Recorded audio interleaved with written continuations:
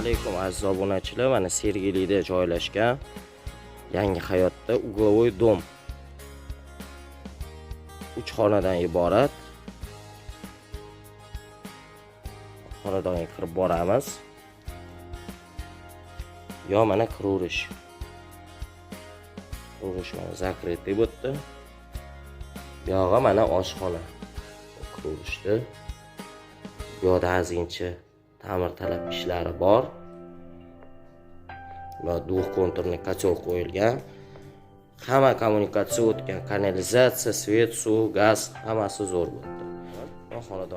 Mana xonadonga ichiga kirib boryapmiz. Kichkina shinamgina hovli. 3 xonali dom olmoqchi bo'lganlar uchun mana yaxshi variant. Mana zo'r variant. Mana bu yoq spalnya xonasi полный remontdan chiqqan.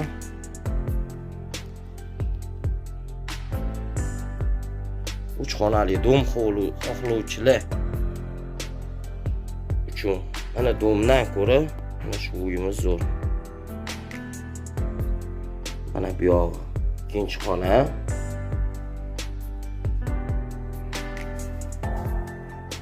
Ikkinchi xonaning tasviri.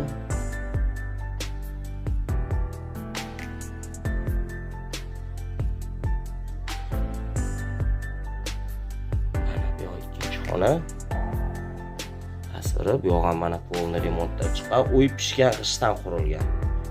Hammasi 100% bo'lib pishgan g'ishtdan qurilgan.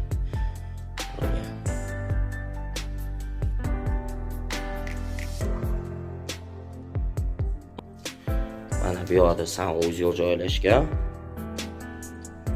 Bu yoqda tualet vanna. Tualet vanna ham anchagina katta.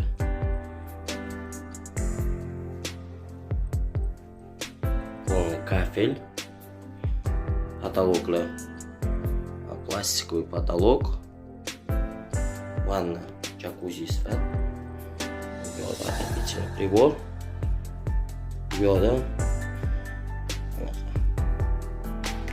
pompa, bu yoqda unitaz.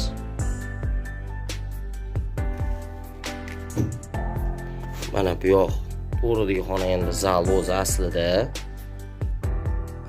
bu yoq zal bo'lgan. U endi sal kichikligi uchun oilada odam ko'proqligi uchun shu spalnya sifatida borurilgan. Bu ham полный remontdan chiqqan. Uy kvadrati ham yaxshi kattagina. Tasvir sifati uchun oldindan uzr so'rayman, sabab endi qorong'ida olinmoqda syomka. Kech tushganda sal vaqt shunga to'g'ri kelib qoldi. Qiziqqanlar bo'lsa, bemalol telefon qilishingiz mumkin. Uyimiz Sergeli tumanida joylashgan. 3 xonadan iborat. Hovli. Like bosinglar, podpiska qilinglar, kommentariyalar yozinglar. E'tiboringiz uchun rahmat. Xayr, salomat bo'linglar.